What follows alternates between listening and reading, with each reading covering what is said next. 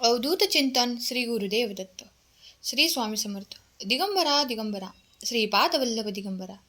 दिगंबराचे पुण्य फळाला येते तेव्हा श्रीपाद प्रभूंची कृपा होते. संदेश तुमच्या समोर आले आहे. हा संदेश तुम्ही पुढे ढकलण्याचा प्रयत्न करू नका, नाहीतर पापाचे भागीदार तुम्ही बनाल.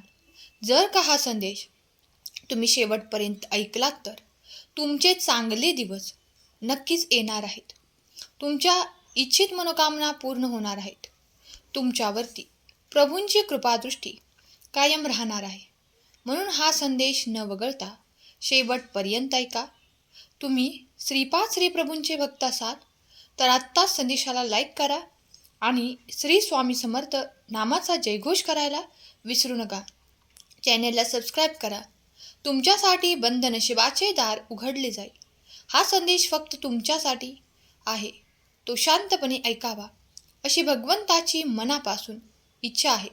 भगवंताची मनापासून प्रार्थना करावी. आपल्याला तो बरोबर मार्ग दाखवतो. अंधारामध्ये वाट चालत असताना क्षणभर वीज चमकते, परंतु त्यामुळे पुढचा सगळा रस्ता आपल्याला दिसतो. त्याचप्रमाणे मनापासून भगवंताचे स्मरण केले तर पुढच्या मार्गाचे आपल्याला आपोआप ज्ञान होते. ज्यांचा प्रपंचामध्ये पाठीराखा परमात्मा आहे, त्याचा तोच परमात्मा असतो. सद्गुरू दर्शनाने पूर्व कर्माची पापे जळून जातात. ती पुढची काळजी सद्गुरू आपली घेत असतात.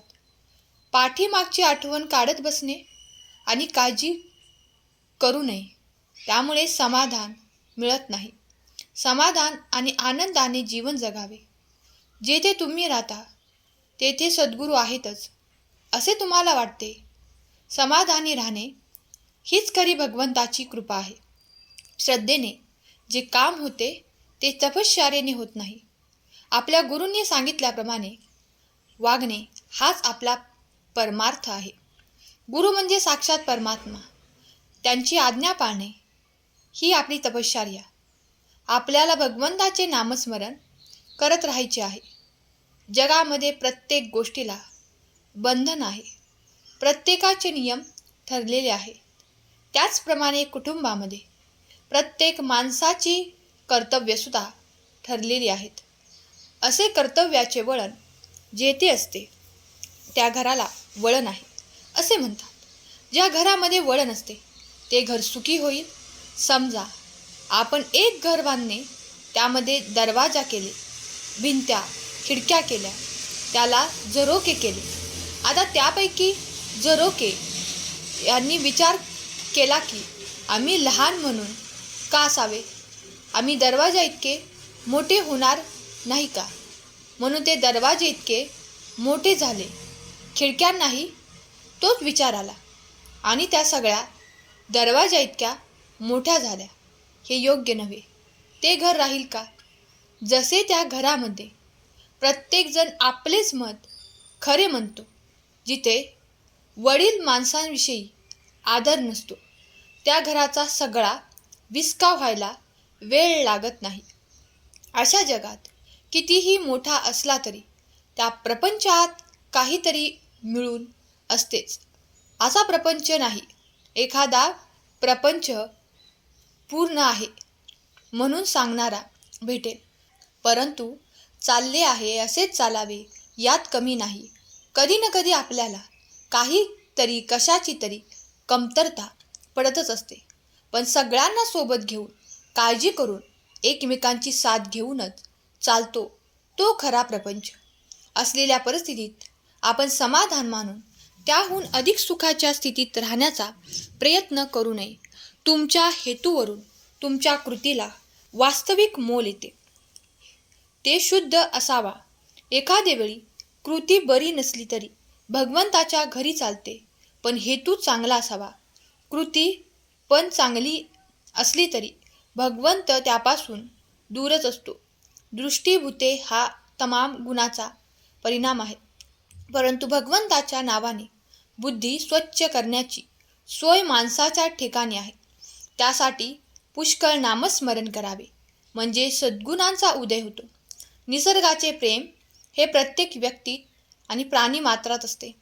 परंतु प्रत्येकाचा अनुभव पाहावा तर प्रेम करणे तितकेसे सोपे असते असे दिसत नाही.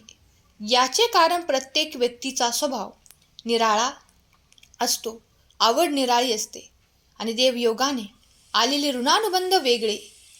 स्वामी भक्तांनो, आपला द्वेष उत्पन्न का होतो? आपल्याला दुसऱ्यांचा विचार आवडत नाही, जमत नाही, एक होत नाही. म्हणून त्याची प्रकृती अशी महान आहे. व्यक्ती तितक्या प्रकृती असा की स्वभावाप्रमाणे प्रत्येकाची आवड ही निराळी असणारच. वेश बुद्धी नाहीशी करण्याकरता प्रत्येकाच्या स्वभावाला थोडी सवलत ठेवणे जरुरी आहे आणि प्रेम जडण्याकरता सर्वांना आवडणारी गोष्ट असेल तिकडे लक्ष देणे जरुरी आहे. झालेल्या गोष्टी विसरून जाण्यातच आनंद आहे, पण ते विसरणे कृतीप्रमाणे न आणता भगवंताच्या स्मरणात राहिल्याने आले पाहिजे. उतार वयात मन आणि शरीर फार नाजूक बनते. त्यावेळी शरीर शुद्ध बरे राहिले, आनंदाने राहिले तर ते फार मोठे औषध आहे. हसत खेळावे, हसत राहावे, लहान मुलांमध्ये मिसळावे, थट्टा मस्करी करावी, पण आनंदातच राहावे. आनंद कायम टिकला, त्याच्या जन्माचे सार्थक झाले. आज हे सर्व मिळून प्रपंच बनतो. त्यामध्ये प्रत्येकजण स्वार्थी असतो. मग एखाद्याला सुटका मिळणे कसे शक्य? त्यामुळे तुम्ही चांगले कर्म करा. चांगले कर्म असतील तर भगवंत आपल्या पाठीशी कायम असतात. फक्त आपला विश्वास आपल्या भगवंतावरती असायला पाहिजे. स्वामी भक्तांनो, तुमचाही तुमच्या भगवंतावरती विश्वास असेल तर हा संदेश 11 जणांना शेअर करा आणि भाग्यवंत ठरा. भगवंत तुम्हाला आज म्हणत आहे, हे माझ्या लेकरा, जे तुमच्या विरोधात होते, जे तुम्हाला तोडायला पाहत होते, जे तुम्हाला खाली खेचून मोठे होण्याचा प्रयत्न करत होते, त्यांचे वाईट दिवस आता सुरू झाले आहेत. आजचा हा संदेश आहे तो खऱ्या भक्तांसाठी, ज्यांनी सगळं सहन केलं आहे पण स्वामी माऊलीवरचा विश्वास कधीच सोडला नाही. बाळा, जेव्हा तू शांत होतास तेव्हा तू अपमान गिळत होतास. तेव्हा लोकांना वाटत होते की तू कमजोर आहेस, पण तू कमजोर नाहीस. तुझ्या पाठीशी मी आहे बाळा, भिऊ नकोस, मी तुझ्या पाठीशी आहे. स्वामी भक्तांनो, जर तुमचा विश्वास स्वामींवरती असेल तर खरा स्वामी भक्त टाईप करा. कमेंट बॉक्समध्ये श्री स्वामी समर्थ, जय जय स्वामी समर्थ नामाचा जयघोष करा. तुमच्या सर्व इच्छा स्वामी पूर्ण करोत. तुमच्या मुलाबाळांना सुख, समृद्धी आणि आनंदाने परिपूर्ण करोत. हीच स्वामी माऊली चरणी प्रार्थना, केलेली सेवा स्वामींचरणी अर्पण करते. आजचा हा संदेश शेवटपर्यंत ऐकल्याबद्दल धन्यवाद. श्री स्वामी समर्थ.